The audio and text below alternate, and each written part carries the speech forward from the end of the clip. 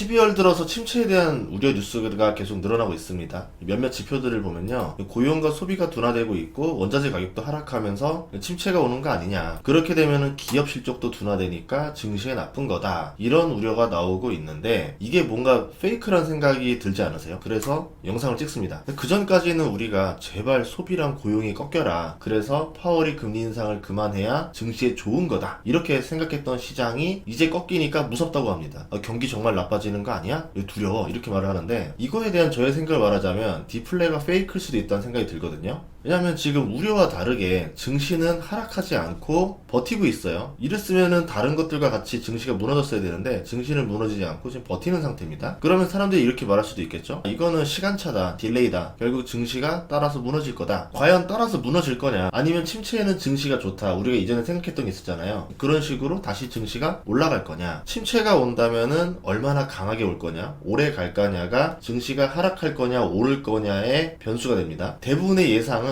그렇게 오래 가지 않을 거라고 보고 있어요. 중국의 리스크가 크게 없다라고 가정하고 나면은 결국 24년에는 경기 회복의 해라고 보고 있습니다. 침체가 깊지 않을 거라고 생각하는 게 대부분이라는 거죠. 그러면 증시가 나쁠 이유가 없다라는 거예요. 그런데 왜 갑자기 이제 월가의 구루들이 침체 이야기를 또 하고, 월마트 CEO가 또 침체 이야기하고, 재고가 많이 쌓였네, 뭐 내구재 가격이 많이 떨어졌네, 이러면서 이거 침체 아니냐고 겁을 주는 뉴스들이 나오는데, 이 특정 방향으로 유도하는 뉴스가 순식간에 여러 개가 나올 때는 조금 의심을 해봐야, 의도적인 게 아닌가, 이렇게 생각을 해봐야 되겠죠. 왜 의도적으로 아래쪽으로 방향을 모으려고 할까? 침체가 오면은 금리 인상은 끝입니다. 이미 꺾이는 지표만으로 연준의 금리 인상은 없어요. 이제는 언제 금리 인하를 할 거냐는 이야기가 나올 겁니다. 연준이 원하는 거는 약간의 침체예요. 금리를 올리고 유동성을 흡수하면 고용과 소비가 꺾입니다. 그런데 아래처럼 수직 낙하할 수도 있어요. 그러면 경제 위기가 발생하는 거죠. 연준이 그걸 원하는 게 아닙니다. 경제가 낙하하지만 땅에 추돌하지 않는 수준, 그러니까 연착륙을 원하는 거예요. 경기가 위축되는 타이밍을 보다가 금리 인하와 긴축 중단을 통해서 경기가 망가지는 거를 막겠다, 이런 생각인 거죠. 그러면 금리 인하와 긴축 중단을 하는 타이밍이 늦어서는 안 됩니다. 적절한 타이밍에 들어가야 돼요. 만약 타이밍을 너무 빨리 가져가면은 인플레가 다시 돋을 수가 있습니다. 물론 연준의 역사상 적당한 타이밍을 잘 맞춘 적이 없었는데, 이렇게 땅에 쿵 하고 받고 나서야 금리를 급하게 내리거나, 아니면 너무 빨리 스로틀을 당겨서 경기를 살리긴 살리는데 인플레까지 살려버리는 일이 많았다라는 거죠.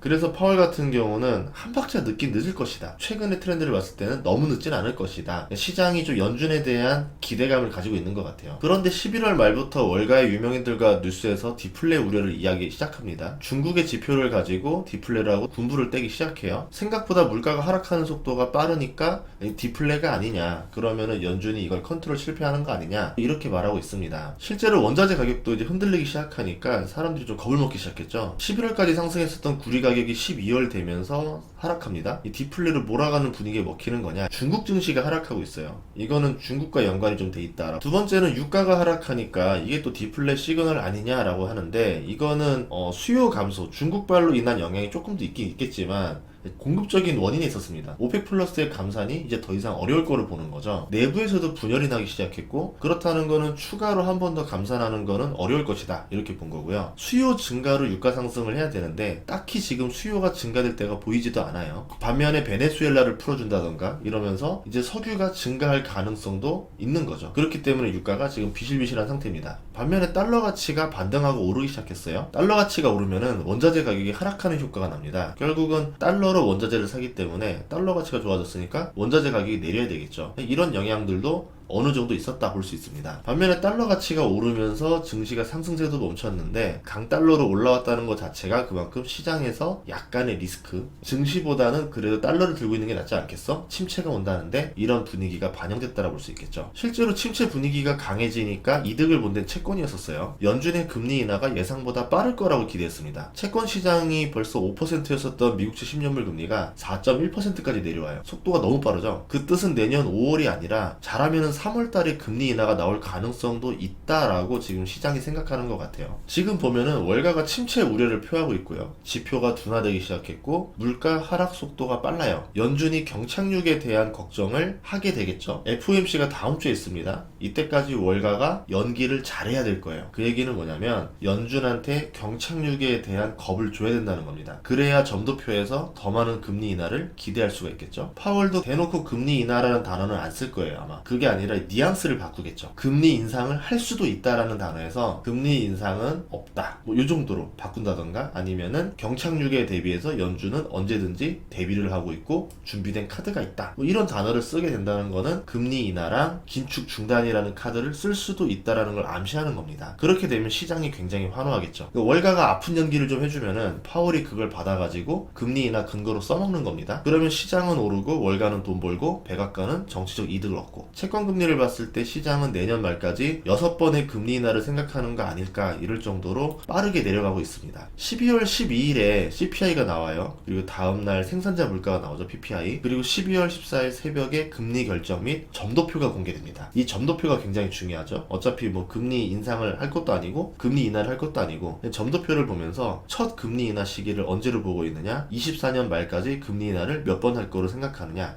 이게 굉장히 중요한 포인트가 될 것 같아요. 그러면 그 전에 있는 CPI가 파월의 발언 뉘앙스를 바꿀 가능성이 있습니다. 인플레이션 나우를 보면은 다음 주 발표할 CPI가 저번에는 3.2%였었거든요. 이번에 예상치가 3.04가 나왔습니다. 그러면 인베스팅 예상치로 3.0 정도가 나오겠죠. 그렇다는 얘기는 실제로 2.9도 나올 수 있다라는 거예요. 만약에 CPI가 2.9가 나온다면 어떻게 될까요? 뉴스에서 이러겠죠. 2023년 말에 결국 물가가 2%대로 돌아왔다. 2024년은 물가를 잡을 것이다라는 기대감을 한껏 띄워놓을 겁니다. 시장이 좋아지겠죠. 파월이 이 지표를 무시하고 금리 인하에 대한 언급을 안 할 수도 있어요. 12월 달에. 그렇다 하더라도 시장은 스스로 김칫국을 마실 겁니다. 좋아하겠죠. 여태까지 파월 발언을 보면요, 지표를 선행해서 발언하지 않습니다. 지표를 후행해서 발언해요. 그래서 다음 주 CPI, PPI, PCE만 잘 나와준다면은 파월은 이거에 대해서 언급을 하진 않겠지만 내년 1월에는 파월이 금리 인하에 대한 이야기를 할 수 있지 않을까 시장이 또 기대감을 가질 거예요. 그러면 11월에 가졌던 기대감이랑 12월에 가졌던 기대감이 더 업그레이드 되겠죠. 다만 우려는 뭐냐면 내년 1월 CPI가 다시 상승할 가능성을 보여주고 있습니다. PCE도 상승합니다. 하지만 이게 식료품 유가 영향을 크게 받아요. 지금 유가가 더 내려갔으니까 2월 달은 좀 가라앉지 않을까 이렇게 볼 수도 있고, 유가가 아니라 뭐 헬스케어라던가 다른 요소들 때문에 헤드라인이 올라갔을 수도 있어요. 근데 근원을 보시면은 계속 하락하는 추세를 보여주고 있습니다. 시장에서 헤드라인이 조금 올라가도 근원이 떨어지는 게 더 중요하기 때문에 근원 CPI가 3% 후반대로라도 들어오면은 이제 렌트비도 잡혔다 이렇게 보겠죠. 그럼 물가가 잡혔으니까 시장에서 두려워하는 게 사라지게 됩니다. 그리고 채권금리가 급락했어요. 모기지 금리, 자동차 할부금 다 내려오기 시작합니다. 침체로 인한 물가 하락이 오히려 금리 인하로 인해서 소비를 증가시킬 수 있다. 거기다가 유가도 이제 오펙 갈등, 베네수엘라 활용을 하면서 70달러 선을 간신히 지키고 있잖아요. 유가가 공급의 장난으로 오르기는 이제 어려울 것이다라고 보는 겁니다. 그러면 소비는 걱정할 필요가 없죠. 물가가 잘 잡혀 있고 채권 금리 인하 효과가 소비를 살릴 겁니다. 그러면 우리가 어떤 거를 잘 봐야 되느냐, 이제 고용만 신경 쓰면 돼요. 고용만 괜찮게 나오면은 물가 잡히고 소비 괜찮고 고용 괜찮고 증시가 좋겠죠. 실제로 지금 그럴 확률이 높아졌고, 지금 고용 지표를 보면은 둔화라고 해석할 수도 있고 강세라고 해석할 수도 있어요. 어떻게 보면 둔화고 어떻게 보면 강세인데, 확실한 거는 임금 인플레가 벌어질 수 있는 상황은 아니라는 거예요. 임금이 인플레를 자극하지 않고 나쁘지도 않은 상황이기 때문에 지금 상황이 증시에 도움이 되면 도움이 됐지 깎아먹는 상황은 아니라는 겁니다. 경기가 둔화되거나 침체가 오거나 경기 곡선이 하강하는 시기에는 고용이 좋을 수가 없어요. 너무 나빠지지만 않으면 된다 생각해요. 어쨌든 고용이 지금 갑자기 뜨거워지긴 어렵다 보고 잘 견뎌줘야 된다. 한 반년만 잘 견뎌주면은 이제 경기 회복기를 만나면서 고용 지표도 따라서 올라갈 수밖에 없겠죠. 그런데 지금 보면 미국이 리쇼링하고 있죠. 인프라 정책하고 있죠. 주택 경기 괜찮죠. AI, 반도체, 전기차 투자하고 있죠. 미국에서 실업이 늘어나기도 쉬운 상황은 아니에요. 확률상 큰 침체 없이 미국은 잘 돌파할 가능성이 높다라는 거죠. 다른 나라는 좀 다르죠. 미국과 뭐 한국, 중국의 상황이 좀 다르다 볼 수 있습니다. 그런데 시장은 지금 침체를 이야기하고 시장에다 겁을 주고 있어요. 그렇기 때문에 제가 봤을 때 이게 페이크가 아닌가 이렇게 생각했다라는 거죠. 중국이 경제 위기가 발생한다라는 경우만 제외하면은 지금 경기 침체로 인한 증시 하락 시나리오는 확률이 좀 낮은 시나리오다 이렇게 볼 수 있습니다. 하지만 시장이 겁을 먹으면 또 마지막 눌림을 줘요. 그동안 그렇게 겁주는 게 잘 먹혔기 때문에 한 번 더 겁을 줍니다. 근데 월가는 그걸 페이크로 하고 그때 물량을 매수를 하겠죠. 그런 다음에 이제 대세 상승장으로 쭉 밀고 나갑니다. 그때까지 쉬지 않고 밀고 나가요. 잠깐 쉬면은 매도세가 너무 세게 나오기 때문에 그대로 올려버려서 고점까지 만든 다음에 그제서야 못 샀던 사람들이 뛰어들게 오고 거기서 손바뀜을 해야죠. 상승 시나리오를 보면은 오히려 저는 논리적으로 좀 맞는 것 같은데, 하락 시나리오를 만들자고 하면은 이게 논리적으로 조금 비약할 때들이 많아서 11월 달이 워낙 많이 올랐으니까 12월은 잠깐 좀 지지부진한다 하더라도 내년에는 증시가 좋지 않을까 이렇게 생각하고 있습니다. 뭐 물론 상황이 너무 많이 바뀌니까 또 어떻게 될지 모르겠지만 지금 관점에서는 이렇게 생각한다라고 저의 의견을 말씀드렸습니다. 저도 한 명의 개인이고 개인의 의견이니까 여러분들도 그냥 이런 의견도 있겠구나 이렇게 한번 생각해 주시면 좋을 것 같아요. 다음 시간에 뵙도록 하겠습니다. 구독과 좋아요 알림 설정 부탁드릴게요. 그리고 일요일날 제가 이제 커뮤니티 공지글에다가 내년 경제전망 PDF 파일을 올릴 거니까 한번 보시고 다운로드 받으셔서 사용하시면 좋겠습니다. 다음 시간에 뵙겠습니다.